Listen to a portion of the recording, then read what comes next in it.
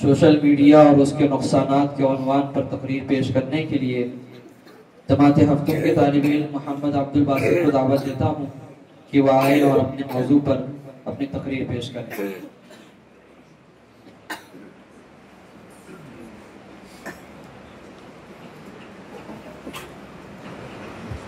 السلام علیکم ورحمۃ اللہ وبرکاتہ۔ الحمدللہ الذی کتب الآثار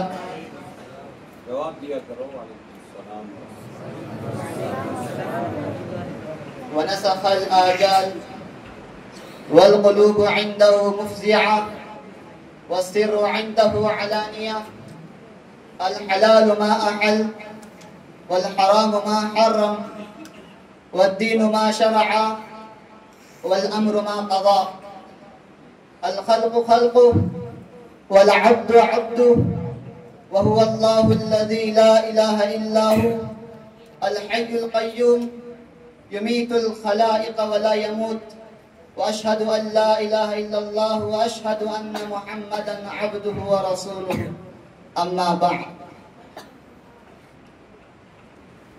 محترم صدر جلسہ، مہمانان اعظام، معزز سامعین گرامی،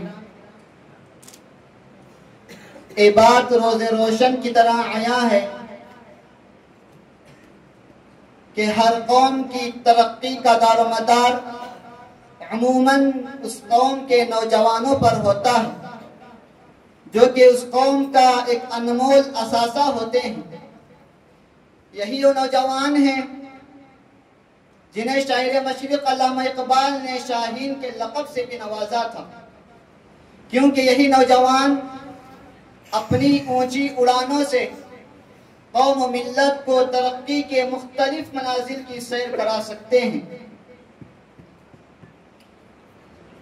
لیکن خدا نخواستہ کسی قوم کا یہی نوجوان مختلف سماجی برائیوں اور بےہودگیوں میں ملوث ہو جائے تو پھر اس قوم کا مستقبل تاریکی میں بدل جاتا ہے اور اس قوم کا زوال امر یقینی بن جاتا ہے۔ ایسے قوم کے مستقبل کو تاریکی اور جہالت اپنی آغوش میں سمٹ لیتی ہے۔ محترم حاضرین، دنیا کی تمام تر چیزوں میں خیر اور شر کا پہلو مخفی ہوتا ہے۔ ابھی ہماری استعداد پر منحصر ہے کہ ہم کس پہلو کا انتخاب کرتے ہیں۔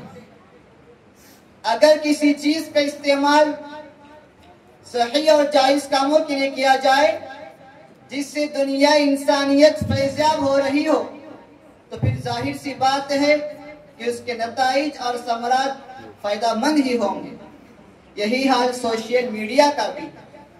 سوشل میڈیا ایک ایسی ایجاد ہے جس کے فوائد اور نقصانات دنیا انسانیت کی نزدیک مسلم ہے۔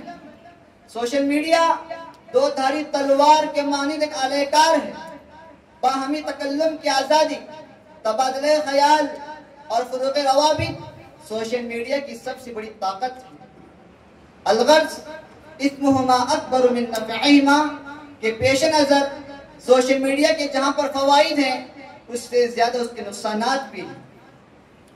اختصار کے پیش نظر یہ بات عرض کرنا چاہتا ہوں کہ تاریخی صفحات کا بغور مطالعہ کیا جائے تو یہ بات نمایاں ہوتی ہے کہ دشمنان اسلام نے ملت اسلامیہ کی نوجوان نسل کو بے حیائی اور بے رہروی کی طرف مائل کرنے کے لیے عرصے دراز سے منصوبہ بندی کر رکھی ہے، جس پر عمل پیرا ہونے کے لیے سوشل میڈیا، جدید سائنس اور ٹیکنالوجی سے بھی مدد حاصل کی گئی ہے۔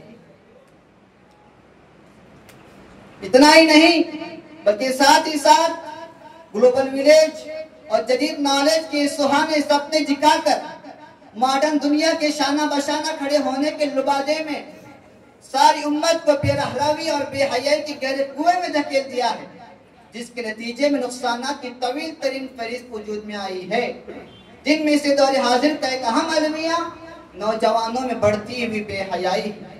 حاضرین ملت، اس حقیقت سے کسی فرد بشر کو مجال انکار نہیں کہ دختران ملت اپنے یاران بے وفا اور عاشقان نفاق پرور کی جھوٹی محبت اور شادی کے سہانے سپنوں کے چکر میں اپنے دین اور ایمان کا سودا کر رہی ہیں۔ شریف خاندان کی لڑکیاں عیار اور مکار نوجوانوں کے تابع فریب میں پھنس کر اپنی عزتوں کو نیلام کرتی پھر رہی ہیں۔ ملت کی بیٹیاں بے غیرتی پر کمر باندھ کر دامن عفت کو داغدار کر رہی ہیں، جو کہ امت اسلامیہ کے لیے انتہائی دکھ کی بات اور اصلاح طلب پہلو ہے۔ اور ہمارا سارا معاشرہ وہ بے حیائی کی طرف سرک رہا ہے۔ اگر ہم نے اس سے توبہ نہ کی اور اسی طرح ہمارے گھروں میں کیبل چلتے رہے اور ننگے ناچ ہوتے رہے تو انتظار کرو قوم لوط کی کڑک کا اور ان کی پتھروں کی بارش کا اور ان کے عذاب کا۔ اگر یہی ہوتا رہا تو کوئی طاقت نہیں جو تمہیں اللہ پاک کے عذاب سے بچا سکے۔ اگر موسیقی کے دانے اسی طرح بگڑتے رہے اور عورتیں غلیاں ہو کر بازاروں کی زینت بنتی رہی اور نوجوان اسی طرح ناچتے تھرکتے رہے اور گانوں پہ سر دھنتے رہے اور حرام کی کمائیاں چلتی رہی، سود کی مار بلند بالا ہوتی رہی، مظلوم کی ہائے ہائے بڑھتی رہے اور ظالم کا نشہ بڑھتا رہا، تو دن دور نہیں کہ جب ان پر بھی قوم عاد کے کوڑے برس نہ جائیں اور قوم لوط کی بجلیاں کڑک نہ جائیں اور قوم سمود کی بجلیاں کڑک نہ جائیں۔ ہمارا معاملہ بڑی جلدی میں آتا ہے، ہم جلدی پکڑے جاتے ہیں، اور میرا اللہ سن رہا ہے، اسی کے دائرے پر بات کہہ رہا ہوں۔ آج ساری دنیا کے باطل پر اللہ کا ہاتھ پڑ چکا ہے، اللہ کا ہاتھ پڑ چکا ہے۔ یہ معاشرہ بے حیائی کی حدود پر آ چکا ہے۔ موسیقی سے تو سور بھی شرماتا ہے، دنیا کا بے حیا ترین جانور بھی آج انسانوں سے شرما رہا ہے۔ یہ بے حیائی حدود پار کر چکے ہیں، یہ انسانیت کی چادر اتار چکے ہیں، یہ انسان نہیں ہے، یہ جانور بھی نہیں ہے، یہ جانور سے بدتر ہو چکے ہیں، یہ دھرتی پر بوجھ ہیں۔ ہاں، ایٹمی طاقتوں کا ہونا خدا کو ڈرا نہیں سکتا، ایٹمی طاقتوں کا ہونا اللہ کو ڈرا نہیں سکتا، کائنات کے انسانوں کا خون کر دینا تمہیں خدا کے دربار میں کبھی نہیں بنا سکتا۔ ان قریب اللہ کا ہاتھ پڑنے والا ہے، وہ پکڑ کر دکھائے گا، وہ پکڑ کر دکھائے گا۔ وَكَذَلِكَ أَخْذُ رَبِّكَ إِذَا أَخَذَ الْقُرَىٰ وَهِيَ ظَالِمَةٌ إِنَّ أَخْذَهُ أَلِيمٌ شَدِيدٌ۔ اللہ تعالیٰ بے حیا کو مہلت نہیں دیتا، اللہ تعالیٰ بے غیرتوں کو مہلت نہیں دیتا۔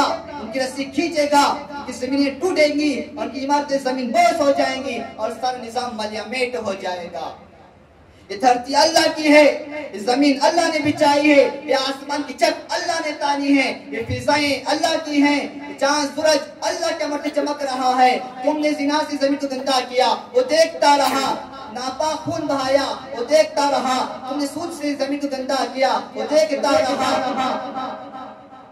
گھر گھر گانے بجانے اور گانے بجانے کے آلات عام ہو گئے، وہ دیکھتا رہا۔ فاحشہ آپ نے ذکر معذب بندی چلی گئی، وہ دیکھتا رہا۔ فاسق، فاجر، شرابی، کبابی یہ آپ کی ہیرو بن گئے، وہ دیکھتا رہا۔ آخری تو اس کو بھی جوش آنا ہے کہ تم ہوتے کون میری زمین کو گندا کرنے والے، تم ہوتے کون میری زمین کو ناپاک کرنے والے، تم ہوتے کون میری زمین کو اور میری فضاؤں کو فاحشہ عورتوں سے بھر دینے والے۔ میں خود آ رہا ہوں، اتا امر اللہ فلا تستعجلوہ، جلدی مت مچاؤ، میں خود آ رہا ہوں۔ میرے بھائیو، اللہ کے واسطے اپنی آنکھوں کا حرام دیکھنے سے بچا لو۔ کائنات کا ذرہ ذرہ، ایک پتھر، ایک تنکا، ایک پہاڑ، ایک حجر و شجر میں اللہ تعالیٰ کی تسبیح پڑھتا ہوا دکھائی دے گا۔ اپنے کانوں کا حرام سننے سے بچا لو، اپنی شہوت کو حرام استعمال کرنے سے بچا لو۔ اللہ کی قسم، اللہ کی قسم، ایک ایک ذرے سے اللہ تعالیٰ کے جلوے دکھائی دیں گے۔ اللہ تبارک تعالیٰ سے دعا ہے کہ اللہ تبارک تعالیٰ ہم تمام کو حیا اور پاک دامن والی زندگی نصیب فرمائے۔ وآخر دعوانا الحمدللہ رب العالمین۔